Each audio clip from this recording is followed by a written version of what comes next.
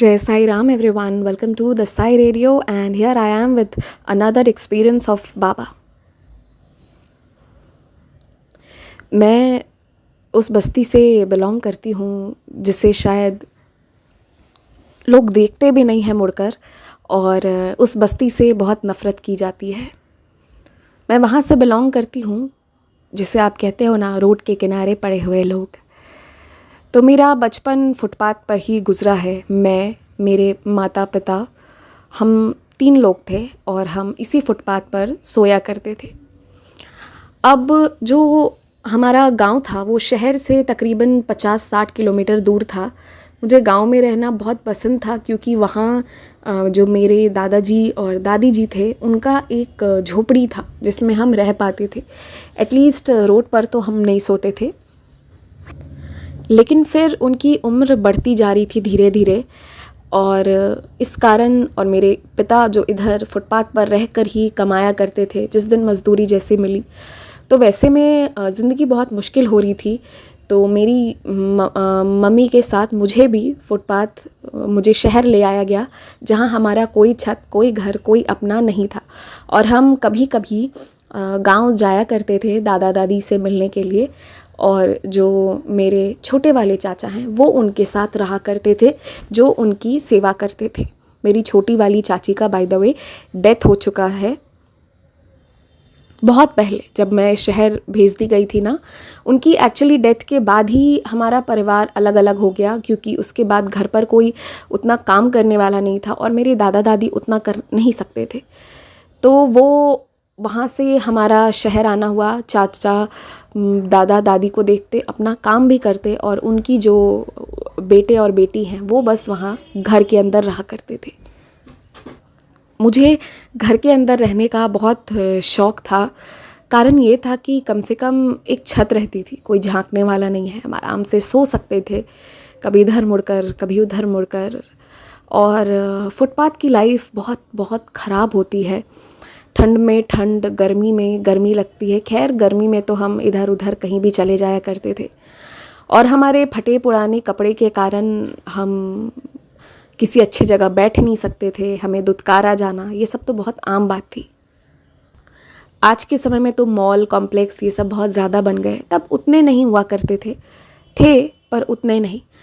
और ऐसे फुटपाथ पर सोना, जब मैं वहाँ पर सो गई ना तो मुझे लगा कि पता नहीं ज़िंदगी क्या है और कैसे ले जा रही है। पर मैं हर दिन जो पास वाली मंदिर थी दुर्गा माँ की, मैं उनसे प्रार्थना यही करती थी कि हमें एक छत मिल जाए। पर हमें मंदिर में भी सोने नहीं दिया जाता था, वहाँ से भी निकाल दिया जाता था।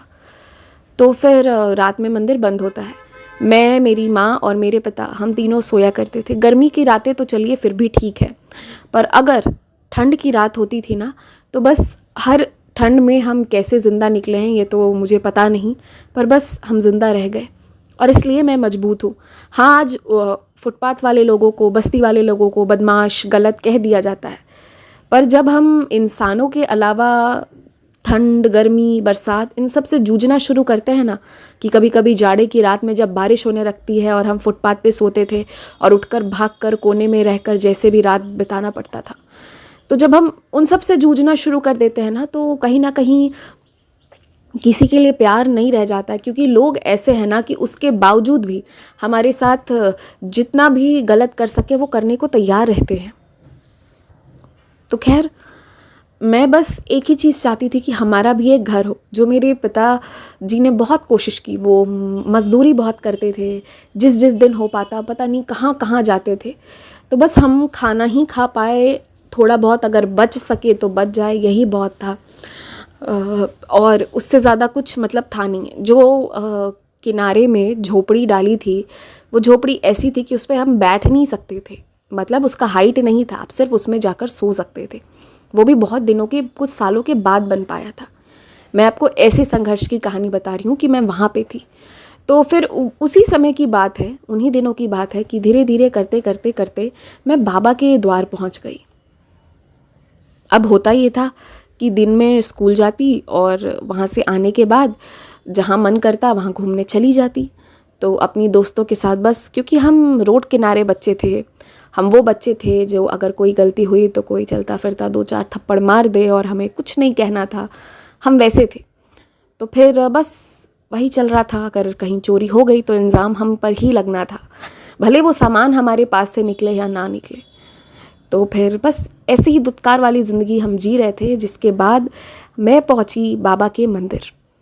और बाबा के मंदिर पहुंचकर कम से कम वहाँ ये बात थी कि वहाँ जो लोग आते थे ना, वो ऐसे नहीं थे, कम से कम वो प्यार देते थे, कुछ खाने को दे जाते थे, कभी कभी कुछ अच्छा भी मिल जाया करता था।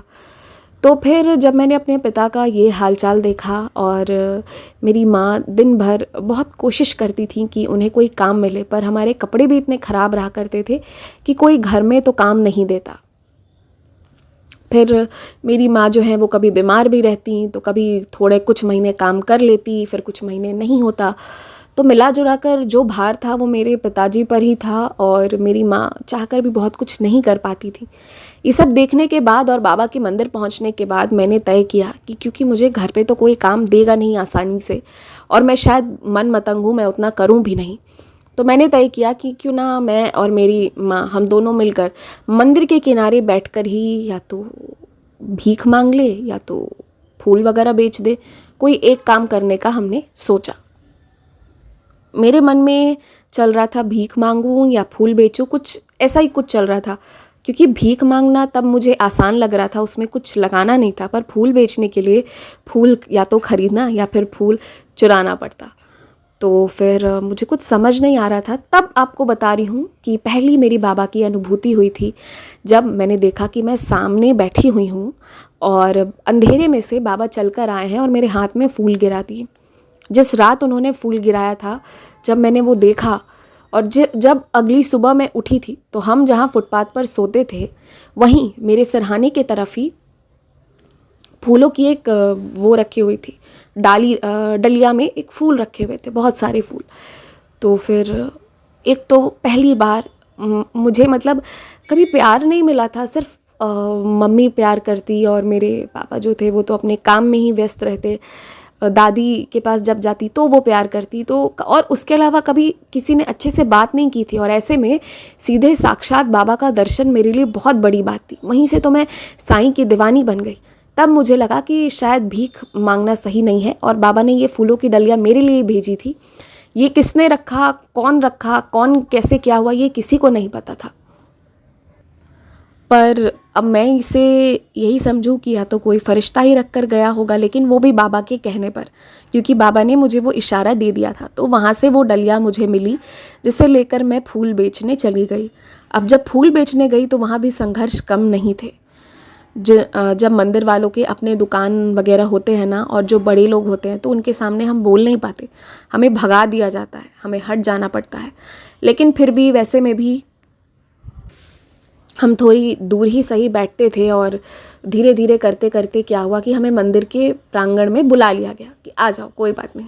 और फिर धीरे धीरे मैं मंदिर के आसपास ही फूल बेचना शुरू कर दी।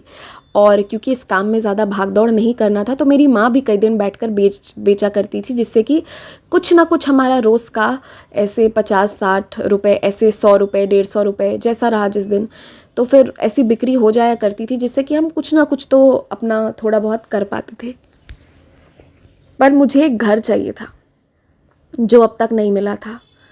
मैं आपको बस बता नहीं सकती कि हम कैसे नहाना धोना सब कुछ करते थे।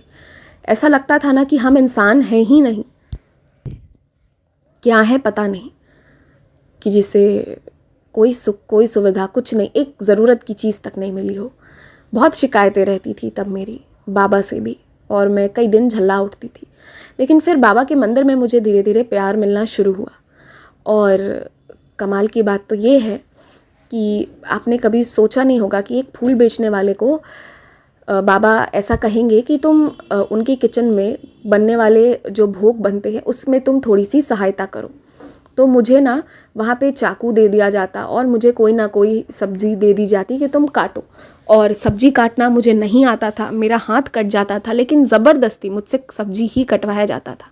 और ये सिलसिला तकरीबन 6-7 महीने चला। मेरे खूब हाथ कटे हैं, बहुत बार खून बहा है, लेकिन ऐसा करते करते मुझे लगता है कि मैं रो देती थी। एक बार तो बहुत डीप मैंने कट कर दिया था, लेकिन इन सब का नतीजा ये हुआ कि मुझे काटना बहुत अच्छे से आ गया और मैं बड़ी जल्दी काट लेती थी। इवन कि लोगों को समय लगता है ना, अगर काटना हो, प्याज वगैरह छीलना हो तो मैं तुरंत कर लूँगी, आप सोचोगे तब तक मैं करके तैयार। और उसके बाद जो है धीरे धीरे धीरे धीरे करते करते मंदिर में ही बाबा का खाना बनाते बनाते बनाते बनाते मुझे खाना बनाने भी आ गया। और मुझे जो है मतलब आप कह सकते हैं कि बाबा ने ही ना कहीं मुझे खाना बनाने की एक ट्रेनिंग दे रहे थे। तो मुझे वहाँ से ट्रेनिंग मिलनी शुरू हो गई और मैं बाबा का पहले मैं बहुत बेसिक खाना बनाती, फिर उसके बाद धीरे धीरे करते करते जो बड़े वाले कुक भैया थे उनके साथ मिलके बनाती। वो प्यार करते थे तो इसलिए कई चीज़ मुझे सिखा दिया करते थे। और ऐसे सीखते सीखते फिर क्या हुआ कि मैं खाना बनाने लगी। तो फिर ऐसा हो गया ना कि सुबह दोपहर ये तो मैं स्कूल जाती थी, तो इस वक्त तो मैं बाबा के मंदिर में वैसे भी नहीं जाती थी, पर मेरी माँ फूल लेके बैठती थी और रात का खाना मैं बनाना शुरू कर दी। तो यहाँ से रात का खाना बनाते बनाते मुझे आप ये कह सकते हो कि रात के खाने की कुक की नौकरी मिल गई। एक बहुत ही बेसिक अमाउंट मिलता था, इससे हम घर तो नहीं मतलब हम घर तो नहीं रह सकते थे, पर अभी एक था ना कि एक सैलरी टाइप की चीज़ हो गई थी जो फिक्स हो गई थी। मेरा वहाँ कुक का जॉब लग गया था, पहली जॉब मुझे बाबा के मंदिर में कुक की मिली थी। और तब से मेरा बस वही था कि जब बाबा ने ये दे दिया है तो अब यही करना है। और फिर मैं रात में पूरे मेहनत से करती थी। इससे ये हुआ कि मैं जब तक 10वीं की और 12वीं की पढ़ाई करती रही तब तक मुझे कुछ दिक्कत नहीं आई। मुझे अगर मेरे खुद के लिए कोई सामान चाहिए या कुछ छोटी बड़ी चीज़ या कोई बहुत ऐसे भी दिन बीतते थे जब मेरे पिताजी को कोई काम नहीं मिलता था, तो फिर क्योंकि हमें मंदिर से मिल जाता था तो हमारा उससे गुजारा हो जाता था। और हाँ, जब से मैं कुक की नौकरी में आई थी तो जो चावल वगैरह बनता था तो उसमें से एक आदमी का खाना कम से कम ज़रूर हमें भी मिलता था कि हम घर ले जाकर खाएं। तो कम से कम 3 में से एक आदमी को एक वक्त का खाना तो ज़रूर मिलेगा। तो यहाँ से मेरी बाबा ने बहुत चीज़ें आसान कर दी, पर तब मैं बाबा से सिर्फ लड़ती थी, सिर्फ लड़ाई करती थी और जो भी काम आता था वो करती थी और बाबा सिर्फ हंसते थे। मेरे संघर्ष का ये समय तकरीबन 7, 8, 9 साल चला, जब संघर्ष कम हो गया था, बाबा के मंदिर जाने से कुछ कम हो गई थी। इसके बाद क्या हुआ कि मेरी आप देखिए कि बाबा श्रद्धा के साथ सबूरी रखने कहते हैं, मैंने नहीं माना, मैंने सबूरी शब्द को नहीं समझा। एक तो मैं बहुत पढ़ी लिखी भी नहीं थी, परिवार वाले उतना समझाने के काबिल नहीं थे, ऊपर से जो मंदिर में समझाया जाता वो मैं सुनना नहीं चाहती थी, तो शायद मैंने सबूरी नहीं समझा। तो ऐसा हुआ ना कि मेरे जो चाचा जी हैं उन्होंने एक रिश्ता खोजा मेरे लिए। अब ये सबको पता था कि मुझे घर में रहने का बहुत शौक़ है, फुटपाथ मुझे पसंद नहीं है, तो उन्होंने वहीं शहर में एक रिश्ता खोजा।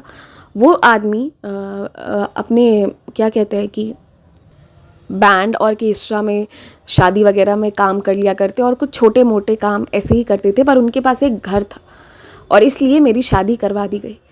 पर पता है यहाँ एक बहुत मेरे साथ बुरा हुआ। दुख की बात ये थी कि जिससे मेरी शादी करवा दी गई थी वो एक बूढ़े टाइप के आदमी थे। मतलब मैं शायद 18-19 साल की रही होंगी और वो नहीं भी तो मुझसे 30 साल बड़े होंगे, वो बहुत बड़े थे। फिर भी उनके पास घर था और उनके पास थोड़े बहुत पैसे थे। मेरी उनसे शायद दूसरी शादी हो रही थी, मेरी पहली थी पर उनकी दूसरी थी, और इस तरह मेरी शादी करवा दी गई। वो 1 साल में मुझे घर मिला, पर सच कह रही हूँ कि मुझे वो घर अच्छा नहीं लगता था, मैं उनको स्वीकार ही नहीं कर पा रही थी। और अब तो मेरा बाबा से लड़ना और ज़्यादा हो गया था, पर वो इंसान अच्छे थे। ये बात तकरीबन 2017 की होगी, जब उन्होंने ना मुझे एक मोबाइल दिलवाया था। 17-18 की बात होगी, उन्होंने मुझे एक मोबाइल दिया था और उस मोबाइल के सहारे 2018 उस मोबाइल 18 या 17 कुछ ऐसा ही था। उस मोबाइल के सहारे मैं और कुछ सीखना शुरू कर दी थी। मैं एक टाइम बाबा का खाना बनाती थी, बाकी पूरे दिन उस आदमी के घर पर रहती थी। उसे मैं स्वीकार नहीं कर पा रही थी, पर उन्होंने मुझे मोबाइल ला कर दिया था। वो मुझे अच्छे से रखते थे पर मैं बिल्कुल पसंद नहीं करती थी। मुझे पता नहीं क्यों ऐसा लगता था कि ये मेरे पति कैसे हो सकते हैं। और मुझे गुस्सा आ रहा था। मेरे चाचा पर भी मुझे बहुत गुस्सा आता था और बाबा पर भी गुस्सा आता था कि तुमसे मैंने जो मांगा वो तुमने ठीक से क्यों नहीं दिया। एक ऐसे आदमी से मेरी क्यों शादी करती जिसका मुझे कुछ नहीं पता। और आपको पता है कि जब 1 साल बीता ना, 1 साल भी शायद नहीं बीत पाया था और उस बुज़ुर्ग का देहांत हो गया।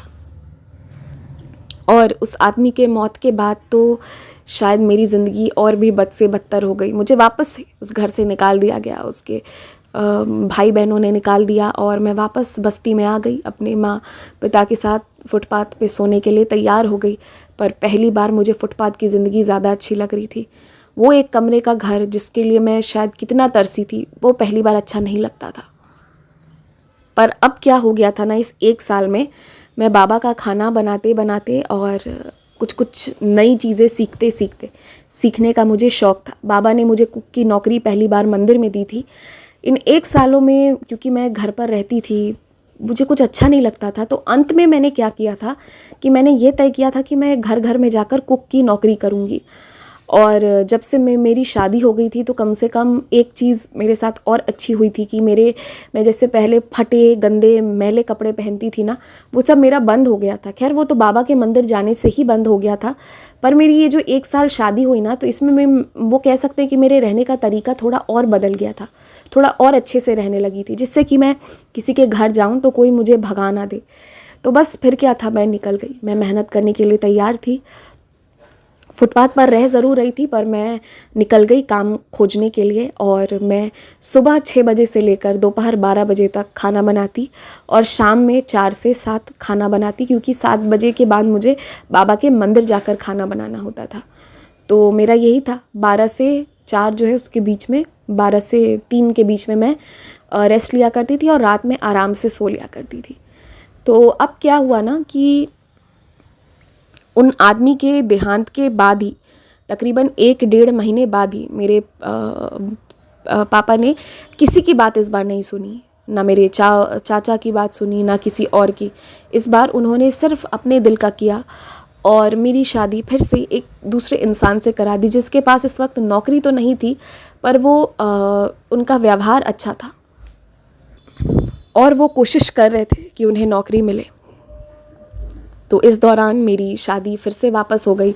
1 डेढ़ महीने के अंदर ही मेरी शादी करवा दी गई और इधर मैं जो हूँ खाना बनाना शुरू कर चुकी थी। अब यहाँ से शुरू होती है मेरे और मेरे बाबा की कृपा। क्या होता है कि सुबह मैं आपको बताई ना कि मुझे बाबा ने कुछ चीज़ें सिखा दी और मुझे बाबा ने इतना निपुण बना दिया था कि बना दिया है कि मैं 45 से 50 मिनट के अंदर सबके घर का नाश्ता, दोपहर का खाना वगैरह बना के निकल जाती। तो सुबह 6 से 7, 7 से 8, 8 से 9 और जो 9 से 10 वाले काम मैं करती थी। इस दौरान मैं इन 4 घरों की मैं ड्यूटी पकड़वाती थी। इन 4 घरों में जो लोग नौकरी पर जाते थे उनका नाश्ता मैं बनाया करती थी, उनके दोपहर का खाना, लंच पैक करना, ये सब मैं करती थी। और आपको मैं बताती हूँ, मैं वापस से शाम में जब जाती थी ना 4 से 7 के बीच में, तो मैं शाम में ही अगले दिन की तैयारी कर लिया करती थी, क्योंकि यही चीज़ जो है मैंने मंदिर में वो भैया से सीखी थी, जो कुक थे सुबह और दोपहर के। वो भी यही करते थे कि वो शाम में सारी तैयारी करके रख देते थे, अगले दिन सुबह आकर फटाफट काम करते थे। तो ये सब चीज़ मैंने बाबा से मंदिर में सीख लिया था। इस कारण मेरी लोग बहुत प्रशंसा करते थे और मुझे इतना काम मिला कि मैं सुबह 6 से दोपहर के 12 तक काम करती थी। कुछ लोग सिर्फ एक ही बार दिन भर में बुलाते और दोपहर रात का खाना बनवाते, जैसा भी होता, पर मैं सिर्फ खाना बनाने का काम करती और मैं कुक बन गई। तो ये जो जॉब है ना, कुक की नौकरी, ये बाबा ने जैसे मुझे मंदिर में दी, ठीक उसी तरह बाबा ने मुझे कुक की नौकरी हर घर में दिलवा दी। और आपको अब मैं बताती हूँ कि मैं कितना कमाने लगी। मेरे कुल जो हर महीने आती थी वो आती थी 27,000। 27 भी, ये भी बाबा का नंबर है, 7 और 2 9। तो मैं इस तरह से खाना बनाते बनाते मेरी 27,000 की कमाई होने लगी। और ये 27,000 की कमाई इतनी थी कि हम एक घर ले सकते थे। और बाबा ने मेरा वो सपना पूरा किया कि मैं एक घर ली जिसमें मैं, मेरे पति रहते थे। पूरे 4,000 रुपये लगा के मैंने 2 कमरों वाला घर लिया था। एक कमरे में मेरे माता और मेरे पिताजी रहते थे और दूसरे कमरे में मैं और मेरे पति रहते थे। और अगर मेरे पति के मतलब मेरे सास ससुर अगर आ गए तो हम एडजस्ट कर लेते थे, हो जाता था। अब क्या हुआ कि मैं बहुत मेहनत करती थी पीछे से, मेरे पति भी मेरी बहुत मतलब मुझे बहुत समझते थे और वो भी बहुत कोशिश कर रहे थे कि उन्हें भी कोई अच्छी नौकरी मिले। तो मैं जहाँ सुबह 6 से 7 जाती थी ना, मैं तकरीबन 1 साल तक पूरे 18 में उनके घर जो है वो एकदम टाइम से गई और शायद ही मैंने कभी छुट्टी ली हो। हम कहीं मतलब जो भी रहता था, क्योंकि परिवार ही वहाँ पर था तो कहीं जाना और था नहीं। तो जब उन्होंने ये देखा तो एक दिन उन्होंने मुझसे पूछा कि बोल तू चाहती क्या है, मतलब हर दिन समय पर आना और मतलब कोई इच्छा अलग से नहीं रखना। वो लोग मुझे 6,000 रुपये देते थे, जिनके यहाँ मैं 2 बार जाती थी, और जिनके यहाँ मैं 1 बार जाती थी वो मुझे 3,000 के आसपास देते थे, 3 सवा 3 ऐसे। तो फिर और तू मतलब इतना हमारे लिए कर देती है, इतनी मैं संडे वगैरह को एक्स्ट्रा टाइम भी दे के सबका करती थी। तो फिर उनका वही था। और आपको मैं एक चीज़ और बताती हूँ, अगर जैसे कि मेरा रह गया ना कि मुझे कुछ काटना है, कुछ सब्ज़ी वगैरह है जो मैं वहाँ नहीं काट पाई, तो मैं सबके अलग अलग थैले रखे हुए थे, मैं सबका लेके आ जाती थी और घर पर हम सब मिलके, या मेरे हस्बैंड, कभी मेरी माँ मदद कर देते और मैं वो काट के रख देती, जिससे कि मैं शाम में जाऊं या अगली सुबह जाऊं तो उनका देर नहीं हो। मुझे बाबा ने इतना निपुण बना दिया है कि 4 से 5 लोगों का सुबह मतलब 2 टाइम का कम से कम खाना टिफ़िन बनाने में मुझे ज़्यादा नहीं 45 से 50 मिनट लगता है। तो एक ये चीज़ बाबा ने मुझे बहुत, मतलब इतने सालों की प्रैक्टिस में जो मेरे खून बहे हैं ना, उसका ही ये कमाल था जो बाबा ने दिया। अब बाबा की असीम कृपा की ओर आती हूँ। तो वो भैया और भाभी जो थे वो बहुत ही अच्छी नौकरी करते थे। और हाँ, इस दौरान मुझे बाबा ने कभी वस्त्र की भी कमी नहीं होने दी। अब मुझे एक से एक सलवार सूट साड़ी सब मिल जाया करती थी, नए भी मिलते थे, कुछ पुराने भी। पर मैं अब बहुत अच्छे से रहती थी। वो फुटपाथ वाली ज़िंदगी, वो फटे हुए कपड़े, वो वहाँ से मैं निकल चुकी थी, वहाँ से मैं बहुत आगे आ चुकी थी और अब मैं कुक बन चुकी हूँ। इसके बाद क्या होता है कि वो जो भैया भाभी हैं उन्होंने कहा कि तुम अपने पति को ड्राइविंग सिखवाओ, और उसी दौरान जो है इन्होंने ड्राइविंग सीखी और इनकी उन लोगों ने बहुत सहायता की, इनका लाइसेंस वगैरह मिल गया। और आपको बाबा का ऐसा आशीर्वाद बताती हूँ कि 2020 में जाकर जो है मतलब जो मेरी तनख्वाह आ रही थी ना, तो उसी से इन्होंने ड्राइविंग सीखा। और उसके बाद 2020 में, क्योंकि 2019 में उन्होंने सीख लिया था, उसके बाद कुछ महीने वो कहीं कहीं ड्राइवर की नौकरी करने लगे। तो वैसे ही हमारे घर पे फिर पैसे की कमी नहीं रहने लगी। लेकिन बाबा की ऐसी कृपा हुई उसके बाद कि वही भैया भाभी कोशिश कर रहे थे और उन लोगों ने इन्हें एक सरकारी नौकरी दिलवा दिया, जिसमें वो एज अ ड्राइवर उनको नौकरी मिल गई। और यहाँ ये नौकरी मिल जाने के बाद हमारे यहाँ पास कोई समस्या नहीं, हम वो घर भी छोड़कर अब और अच्छे घर में रहने आ गए हैं। और अब तो हम ये भी कोशिश कर रहे हैं कि हम खुद ही अपना छोटा सा ही सही पर एक घर ले सके। आगे तो बाबा की इच्छा कि वो जब भी दिलवाना चाहें वो तब दिलवा सकते हैं। क्योंकि अभी क्या है कि अभी मेरा एक छोटा सा बेटा भी है जो कुछ महीनों का है। तो फिर उसके बाद जो है उनको जब एक बार उनकी सरकारी नौकरी इनकी तय हो गई, और इसके बाद जाकर ना जो मुझे ऐसा लगा ना कि इधर इनको बाबा ने ड्राइवर का जॉब दिलवाया और उधर बाबा ने मुझे कुक बना दिया। मैं आपको सच कहती हूँ कि मतलब मैं जितनी ज़िंदगी से सोची नहीं थी ना, मैं तो बस मुझे लगता था कि एक झोपड़ी ही मुझे मिल जाए वही बहुत होगा, पर मुझे तो मेरे ईंटे का घर तक बाबा ने दिलवा दिया। इससे ज़्यादा मैं क्या बोलूँ। और आपको पता है, मुझे लोगों को जानकर हैरानी होगी, पर मुझे ना ऑनलाइन भी काम करना आता है। कम लोग को ऐसा लगता होगा, पर मैं पेटीएम भी यूज़ करने के सामर्थ्य रखती हूँ। इसके पीछे भी उन्हीं भैया भाभी, उनको मैं ना काम छोड़ी हूँ, ना मैं कभी छोड़ूंगी। जो मैं 17-18 से उनका काम कर रही हूँ, आज भी कर रही हूँ और आगे भी करूँगी। उनका बीच बीच में ट्रांसफ़र भी होता है तो भी वो घर ही आया करते हैं, और घर पे उनके माँ पिताजी तो रहते ही हैं। तो मैं कभी नहीं छोड़ सकती, क्योंकि उनकी ही कृपा से मेरे हस्बैंड को ये परमानेंट जॉब मिल गया। और मेरे हस्बैंड ने कहा कि तुम देख लो, तुम्हारा मन है तो करो, नहीं मन है तो मत करो। पर इतनी अच्छी, पर मुझे बाबा ने ये कुक की नौकरी दे दी, और मेरी नौकरी मुझे बहुत प्यारी है, इसलिए मैं इसे छोड़ नहीं सकती।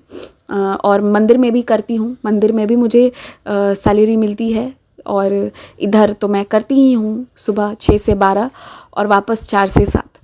तो और आपको मैं क्या बता रही थी कि हाँ, तो बाबा की ऐसी कृपा रही थी ना कि मैं आपको बताई ना कि मैं 27,000 कमा रही थी। तो बाबा ने ना कभी भी मतलब उसमें से जो मेरा बैंक अकाउंट था उसका खुलना, ऐसे भी भले लोग होते, मैंने आपसे कहा था ना कि लोग अच्छे नहीं होते, पर बाबा ने फिर मुझे अच्छे लोगों से भी मिलवाया। मेरे मन में चल रही सारी उसको मतलब शख्स को हटा दिया। पर बाबा ने ये भी समझाया कि कभी कभी तुम गलत नहीं रहते हो, पर सिर्फ गलत लोगों के बीच रहते हो ना, तो भी तुम्हें भी गलत नज़र से देखा जाता है। तब हमारा जो साथ था, जिन बस्ती वालों के साथ उठना बैठना था, वो सही नहीं था और इसलिए शायद हमें भी पसंद नहीं किया जाता था, गलती ना करते हुए भी। तो वो जो भैया भाभी है ना, उन लोगों ने ही मुझे सिखाया था, मतलब उन लोगों ने ही मेरी बैंक के खाते को खोलने की बात हो या फिर ऑनलाइन ट्रांजैक्शन कैसे करना है, वो सब सिखाया। और वो लोग अक्सर मुझे महीने का कुछ मतलब वेतन जो है वो मेरे खाते में डाल दिया करते थे। तो जो खाते में चला जाता था, मुझे बड़ी आलस लगती थी कि वापस जाऊँ, निकालूँ, फिर लाऊँ। तो फिर वो ना एक तरह से बाबा ने, ये कह सकते हैं आप कि वो बाबा ने जमा करवाना शुरू कर दिया और तब से वो मेरा जमा होता ही आ रहा है, अभी तक मतलब होता आ रहा है। कि वो मतलब कुछ ऐसे लोग थे ना जिन्होंने ज़बरदस्ती करके कि नहीं तुम खाता खोलो, तुम खाते में भी कुछ पैसे डालो, क्या करोगी, इतना पैसा उड़ा दोगी, ये वो। मैं पहले शुरू में जब हाथ में पैसे आए थे तो थोड़ा शौक का सामान भी ख़रीदना शुरू किया था, तो उस पर भी सबने रोक लगवाया। सब मुझे बहुत अच्छे लोग मिले हैं बाबा के आशीर्वाद से, इतने प्यार करने वाले लोग कि मैं आपको बता नहीं सकती। एक भी घर ऐसा नहीं है जो मेरा अपमान करता हो, मैं आपको ये बात कह सकती हूँ। आज एक भी लोग नहीं है। और सब के साथ जब से मैं वो 2017-18 से नौकरी कर रही हूँ ना, 18 से तब से आज तक मैं कर रही हूँ, उसमें से मेरा एक भी घर छूटा नहीं है। हर घर मेरा मतलब पुराना हो गया है और कोई मुझे हटाना नहीं चाहते। और एक चीज़ है कि बाबा के साथ रह के मैंने ये सीखा था कि चोरी नहीं करना है। तो मैं भी एक समय में मैंने भी चोरी वगैरह की है, पर जैसे जैसे मैं बड़ी होती गई और बाबा के मंदिर जब से जाने लगी ना, तो बाबा ने मुझे जो अच्छी आदत डाल दी, उस दिन के बाद से मैंने उस चीज़ को अपना लिया, अच्छाई के रास्ते को अपनाया, तो मेरे साथ अच्छाई होनी शुरू हो गई। और आज हमको बाबा ने इतना दे दिया है कि हमें किसी चीज़ की कोई कमी नहीं है। पहले जहाँ हम 5-6 हज़ार में मतलब पूरे महीने निकालने की कोशिश करते थे, आजकल तो मतलब क्या बोला जाए, बाबा ने बहुत अच्छा व्यवस्था कर दिया है। सब कुछ बाबा ने दे दिया है, सब कुछ बाबा ने दिया है मुझे, खुशी दी है, ज़िंदगी दी है, सब दिया है। और हम ज़्यादा छुट्टी तो नहीं लेते हैं, पर साल में एक बार हम शिरडी होकर आते हैं, ये बात सच है। मैं कहीं नहीं जाती, मुझे कहीं घूमने का उतना शौक़ नहीं है, काम भी बहुत रहता है, पर मैं शिरडी होकर आती हूँ। हम ज़रूर जाते हैं, हम चार अब तो खैर 5 जन हो गए हैं, तो हम सब शिरडी जाते हैं, शिरडी से होकर आते हैं। और बाबा ने ये सब कुछ अब दिया है। बस मैंने बस अपनी ज़िंदगी से यही जाना कि अगर मेरे जैसे जिस जो रात में सोता हो और मक्खियों से घिरा हुआ रहता हो ना, वैसे इंसान को बाबा ने उठाकर कहीं पर रख दिया, तो जो लोग तो और भी अच्छे हैं, तो वो उनका तो और भी अच्छा बाबा करेंगे ही। जय साईं राम।